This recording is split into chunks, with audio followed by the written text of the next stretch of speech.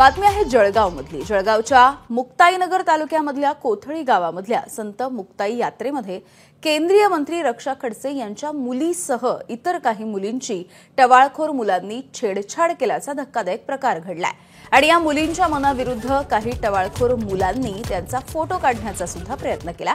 या प्रकाराच्या नंतर या टवाळखोरांना तातडीने पोलिसांनी अटक करण्याची मागणी आता रक्षा खडसे यांनी पोलिसांकडे जाऊन केली आहे। या प्रकरणी मुक्ताईनगर पोलीस स्थानकामध्ये 4ही तरुणांच्या विरोधामध्ये गुन्हा सुद्धा दाखल करण्यात आला आहे। आणि याच प्रकरणी रुपाली चाकणकर यांची प्रतिक्रिया येते। आमचे प्रतिनिधी मिकी घई त्यांच्यासोबत बातचीत करतात। महिला आयोगाच्या अध्यक्ष रुपालीताई चाकणकर ताई, या संदर्भात तुम्ही माहिती घेतली का? नक्कीच राज्यातील महिला मुली सुरक्षित आहेत का? कारण पुण्यातील एसटी स्टँड या स्वारगेट एसटी स्टँडची घटना ताजी असताना थेट केंद्रीय मंत्रीच्या मुलीची अशी छेड काढली जाते।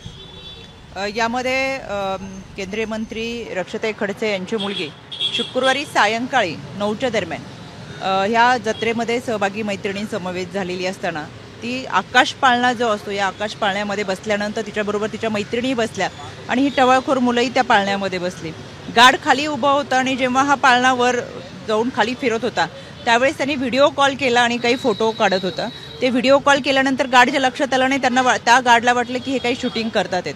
खाली आल्यानंतर लक्षात आल्यावर ती गार्डनी त्या मुलांना खरं हटकलं, त्यांच्याजवळचा मोबाईल घेतला, बाचाबाची झाली त्यांच्यामध्ये। त्या मोबाईलमधले फोटो आणि व्हिडिओ हे डिलीट केले। पण ही गोष्ट अत्यंत चुकीची आहे। याच्यामध्ये तो जो टवाळखोर आहे त्याच्यावर अगोदरच गुन्हे दाखल आहेत। आज देखील सकाळी स्वतः केंद्रीय मंत्री रक्षा खडसे या मुक्ताईनगरच्या पोलीस स्टेशनमध्ये गेले होत्या।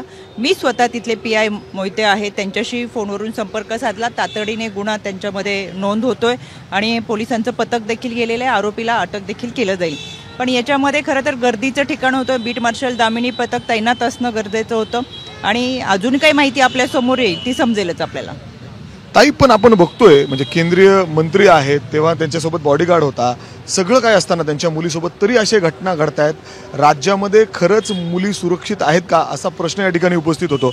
कारण पुण्यामध्ये देखील शहराच्या मध्यवर्ती भागात अशी घटना घडते आणि दुसरीकडे केंद्रीय मंत्रीच्या मुलीला अशी पद्धतीने छेड काढली जाते।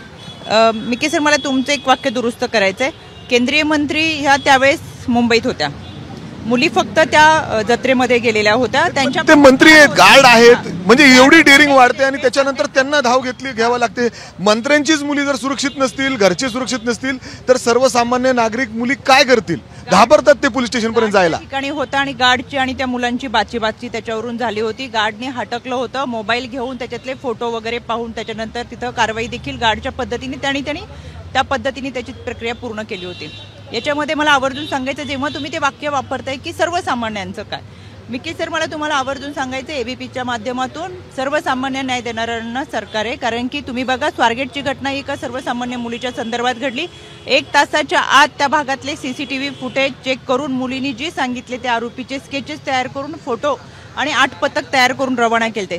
त्याच्यामुळे केंद्रीय मंत्री आणि सर्वसामान्य न्याय मिळेल का? मला असं वाटतं आपण कुठेतरी याच्यामध्ये मीडिया ट्रायलचा प्रकार आणू नये। खऱ्या अर्थानं मुलींना सुरक्षितता मिळाली गेली पाहिजे, महिलांना सुरक्षितता मिळाली पाहिजे, वर्किंग वुमन चांगल्या पद्धतीने काम करू शकल्या पाहिजे, अशा पद्धतीची यंत्रणा आपण सातत्याने राबवतोय।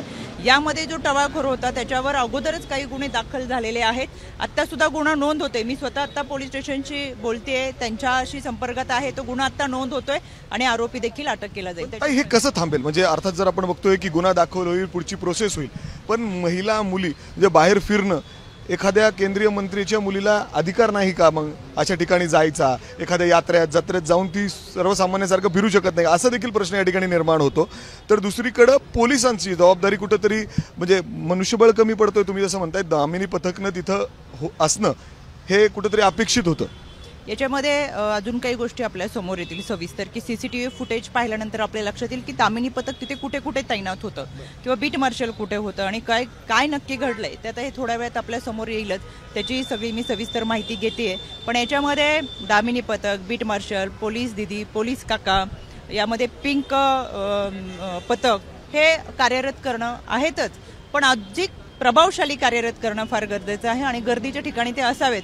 तुमच्या माध्यमातून मला माझ्या महाराष्ट्रातल्या महिला भगिनींना आवर्जून सांगायचंय, असे कुठं गर्दी जात असताना आपल्यासाठी 112 10 98 हे टोल फ्री क्रमांक आहेतच, पण तरी सुद्धा ह्या ज्या समित्या आहेत, ह्या ज्या कमिट्या आहेत, त्या अधिक सशक्त होणं गरजेचं आहे. त्याच्यासाठी आम्ही पाठपुरावा करू. तुम्ही मुख्यमंत्र्यांशी या संदर्भात काही बोलणार आहात का? कारण गृह खातं देखील त्यांच्याकडे आहे, काही ठिकाणी पोलीस बळ कमी आहे. म्हणजे मी तुम्हाला उदाहरण म्हणून सांगतो, स्वारगेटची घटना घडली, अगदी 100 मीटरपेक्षा कमी अंतरावर पोलीस स्टेशन आहे आणि तिथं ही घटना घडली. आणि दुसरीकडे आपण बघतोय की आता केंद्रीय मंत्री, आज सत्ताधारी पक्ष आहेत. मिके सर, स्वारगेटची घटना तुम्हाला सविस्तर माहिती आहे, त्याच्या खोलात मी जाणार नाही. पहिल्या दिवशी मी जे स्टेटमेंट केलं स्वारगेटच्या घटनेबाबत, त्या स्टेटमेंटवर मी आजही ठाम आहे. फार सविस्तर आणि खोलात गेलो तर विषय तुम्हालाही माहिती आहे, त्याच्यामुळे मी फार बोलत नाही काय विषय आहे. पण घटना घडल्यापासून आयोगाचे अध्यक्ष म्हणून मी सातत्याने संपर्कात होते आणि पहिली बातमी मी तुम्हाला दिलेली आहे.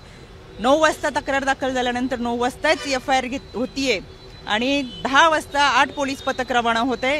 हे खऱ्या अर्थानं खाकी वर्दीचं यश आहे. त्याच्याही पुढे जाऊन मला तुम्हाला आवर्जून सांगायचं आहे, खरं तर खाकी वर्दी त्यांचं काम अतिशय उत्तमरित्या पार पाडत असतं. पण ह्या घटना, स्वारगेटच्या घटनेची आणि ह्या घटनेची आपण तुलना करू नये असं मला वाटतं. कारण की आपण तुलना करत नाहीये, पण ज्या पद्धतीने घटना वाढतायत महिला मुली, त्यामुळे प्रश्नचिन्ह. कारण तुम्ही सातत्याने पाठपुरावा करता आणि राज्याच्या महिला आयोगाचे अध्यक्ष तुम्ही आहात. त्याच दुसरीकडं आता तुम्ही ताईंच्या मुलीशी, रक्षा खडसे ताईंच्या मुलीशी बोललात का? तिचं कुठेतरी कॉन्फिडन्स, म्हणजे अर्थात मुली घाबरतात बरेचदा पोलीस स्टेशन. अशी काही घटना घडली तर पोलीस स्टेशनपर्यंत पोहोचायला देखील ते घाबरतात बरेचदा, कुणाला सांगत सुद्धा नाहीत अशा घटना. मी तुमच्या माध्यमातून आव्हान करेल, आपण अनेक व्यासपीठे या निमित्तानं उपलब्ध करून दिलेले आहेत. 112 हा टोल फ्री क्रमांक माझ्या महिला भगिनींसाठी आहे. 1098 हा टोल फ्री क्रमांक विद्यार्थिनींसाठी आहे. गर्दीच्या ठिकाणी तुम्ही कुठेही जाताल त्यावेळेस आवर्जून या नंबरवरती संपर्क साधा. जवळपास पोलीस यंत्रणा असते, पण गर्दीच्या ठिकाणामध्ये लक्षात येत नाही की काय चाललंय. बीट मार्शल, दामिनी पथक असणं सुद्धा गरजेचं आहे. पण बऱ्याच वेळा आपण पाहतो तर इथेही आजूबाजूला एखादी घटना किंवा अशा पद्धतीने हालचाल ह्या लवकर आपल्या लक्षात येत नाही. त्याच्यामुळे तातडीने तुम्हाला असुरक्षित जर कुठे वाटत असेल तर या दोन्ही नंबरशी संपर्क साधा. पोलीस तुमच्या सुरक्षितेसाठी सतर्क आहे. आयोग म्हणून आम्ही तुमच्यासोबत आहेत. राज्याचे गृहमंत्री हे देखील सतर्क आहेत आणि चांगल्या पद्धतीची यंत्रणा ही सुरक्षितेसाठी राबवलेली आहे. त्याच्यामुळे वेगवेगळ्या विषयांची गफलत मिके सर आपण एकत्र करू. पण तुम्ही ताई त्यांच्याशी बोललात, मंत्री म्हणजे ताईंशी बोललात, त्यांच्या मुलीशी बोलणं करणार आहात, बोलतात? मी ताईंशी बोललेली नाही किंवा त्यांच्या मुलीशी बोलले नाही. मी PI मोहिते म्हणून ते सगळे पाहतात आहेत, मी त्यांच्या संपर्कात आहे. जर आपण बघितलं तर रुपालीताई चाकणकर सातत्याने या संदर्भात पाठपुरावा करतायत, बोलतायत. तिथल्या स्थानिक PIशी देखील बोललेलं आहे. राज्य महिला आयोगाचे अध्यक्ष म्हणून देखील ते या संदर्भात मुख्यमंत्र्यांशी बोलणार आहेत. राज्यामध्ये दामिनी पथक असेल, महिलांच्या सुरक्षेचा प्रश्न असेल, यासाठी आणखीन मनुष्यबळ वाढवण्याची गरज आहे. अशा घटना कशा पद्धतीने रोखता येईल यासाठी आणखीन प्रयत्न करण्याची गरज आहे. आणि मुलींनी असं काही घडलं तर तातडीने पोलिसांशी संपर्क साधावा, किंबहुना काही क्रमांक दिलेले आहेत त्याच्यावर संपर्क करावा, जेणेकरून अशा घटना आणखीन रोखता येईल. कॅमेरा राजेश बिडकर, मी मिकी घई, ABP माझा, पुणे. ABP माझा, उघडा डोळे बघा नीट.